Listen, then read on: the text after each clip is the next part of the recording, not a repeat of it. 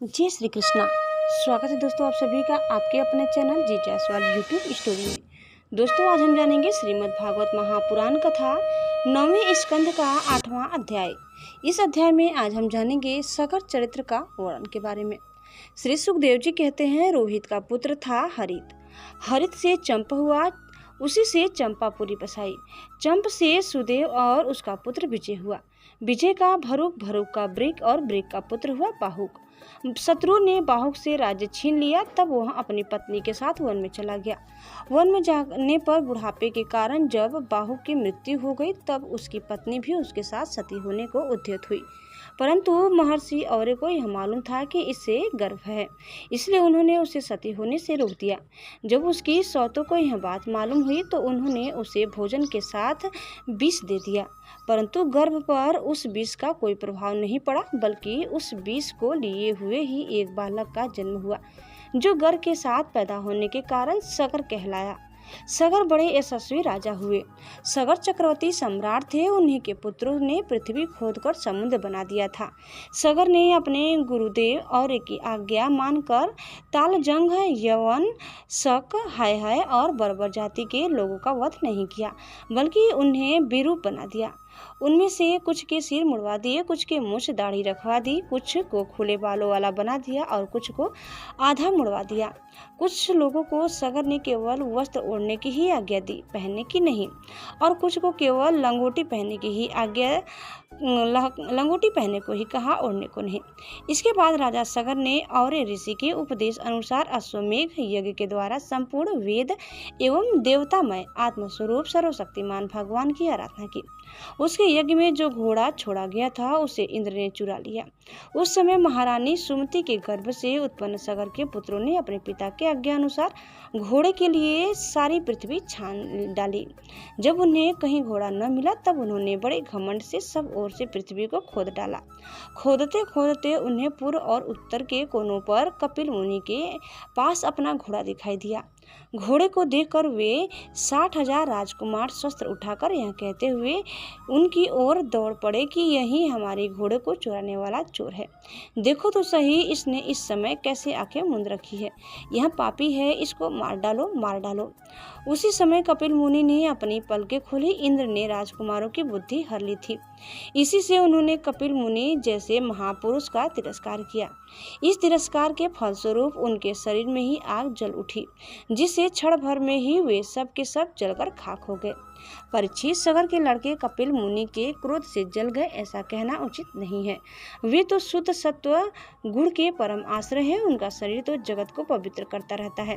उनमें भला क्रोध रूपी तमोगुण और संभावना कैसे की जा सकती है? भला कहीं पृथ्वी की धूल का भी आकाश से संबंध होता है?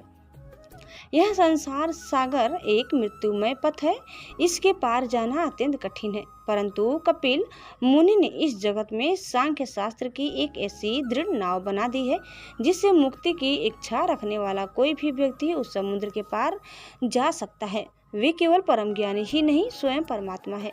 उनमें भला यह शत्रु है और यह मित्र, इस प्रकार की भेद बुद्धि कैसे हो सकती है?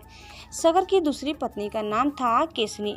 उसके गर्भ से उन्हें असमंजस नाम का पुत्र हुआ था। असमंजस के पुत्र का नाम था अंशुमान। वह अपने दादा सगर की आज्ञाओं का पालन तथा उन्हीं की सेवा में लगा रहता।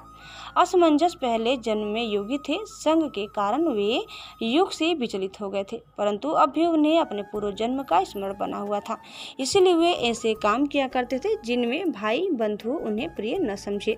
वे कभी कभी तो अत्यंत निंदित कर्म कर बैठते और अपने को पागल सा दिखलाते थे, यहाँ तक कि खेलते हुए बच्चों को सरयू में डाल देते।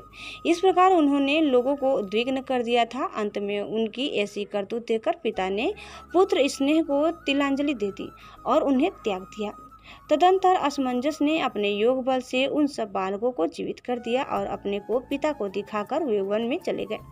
अयोध्या के नागरिकों ने जब देखा कि हमारे बालक तो फिर लौट आए, तब उन्हें असीम आश्चर्य हुआ और राजा सगर को भी बड़ा पश्चाताप हुआ। इसके बाद राजा सगर की आज्ञा से अंशुमान घोड़ों को ढूंढने के लिए निकले। उन्होंने अपने चाचाओं के द्वारा खोदे हुए समुद्र किनारे चलकर उनके शरीर के भस्म के पास ही घोड़े को देखा। वहीं भगवान के अवतार कपिल मुनि बैठे हुए थे। उनको देखकर उदार हृदय अंशुमान ने उनके चरणों में प्रणाम किया और हाथ जोड़कर एकाग्र मन से उनकी स्तुति की।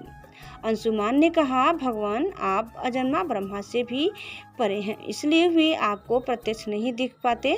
देखने की बात तो अलग रही, वे समाधि करते करते एवं युक्ति लड़ाते लड़ाते हार गए, किंतु आज तक आपको समझ नहीं पाए। हम लोग तो उनके मन, शरीर और बुद्धि से होने वाली सृष्टि के द्वारा बने हुए अज्ञानी जीव हैं, तब भला हम आपको कैसे समझ सकते हैं। संसार के शरीरधारी सत्वगुण, रजोगुण या तमोगुण प्रधान है।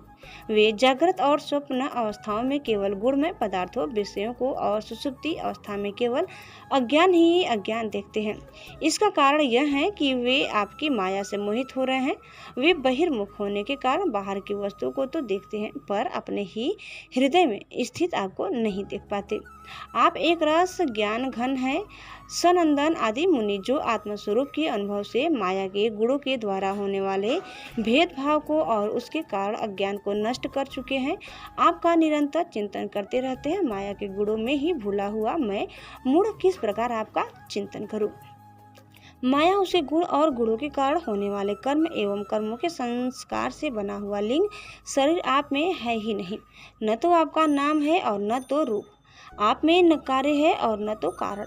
आप सनातन आत्मा है। ज्ञान का उपदेश करने के लिए ही आपने यह शरीर धारण कर रखा है। हम आपको नमस्कार करते हैं प्रभु। यह संसार आपकी माया की करामात है। इसको सत्य समझकर काम, लोभ, ईर्ष्या और मोह से लोगों का चित्त शरीर तथा घर आदि में भटकने लगता है। लोग इसी के चक्कर में फंसे जाते हैं। समस्त प्राणियों की आत्मा प्रभु, आज आपके दर्शन से मेरे मुंह की वह दृढ़ फांसी कट गई जो कामना, कर्म और इंद्रियों को जीवन दान देती है। श्री सुखदेव जी कहते हैं, परीक्षित, जब अंशुमान ने भगवान कपिल मुनि के प्रभाव का इस प्रकार गान किया, तब उन्होंने मन ही मन अंशुमान पर बड़ा अनुग्रह किया और कहा। श्री भगवान ने कहा, बेटा, यह घोड़ा तुम्हारे पितामह का यज्ञ पशु है, इसे तुम ले जाओ। तुम्हारे जले हुए चाचाओं का उद्धार केवल गंगा जल से होगा और कोई उपाय नहीं है। अंशुमान ने बड़ी नम्रता से उन्हें प्रसन्न करके उनकी परिक्रमा की और वे घोड़े को ले आए। सगर ने उस यज्ञ पशु के द्वारा यज्ञ की शेष क्रिया समाप्त की। तब राजा सगर ने अंशुमान को राज्य का भार सौंप दिया और वे स्वयं विषयों से निस्पृह एवं बंधन मुक्त हो गए। उन्होंने महर्षि औरी के बतलाए हुए मार्ग से परम पद की प्राप्ति की। दोस्तों, इस प्रकार कथा यही समाप्त होता है। आगे की कथा सुनने के लिए आप दूसरे वीडियो को अवश्य सुनिए। दोस्तों, उम्मीद करते हैं कि आपको हमारी आज की कथा जरूर पसंद आई होगी। चैनल में नए हैं तो प्लीज़ लाइक, शेयर और सब्सक्राइब करना न भूलें। धन्यवाद। जय श्री कृष्णा, जय श्रीमन नारायण। एक बार प्रेम से बोलिए श्री बांके बिहारी लाल की जय।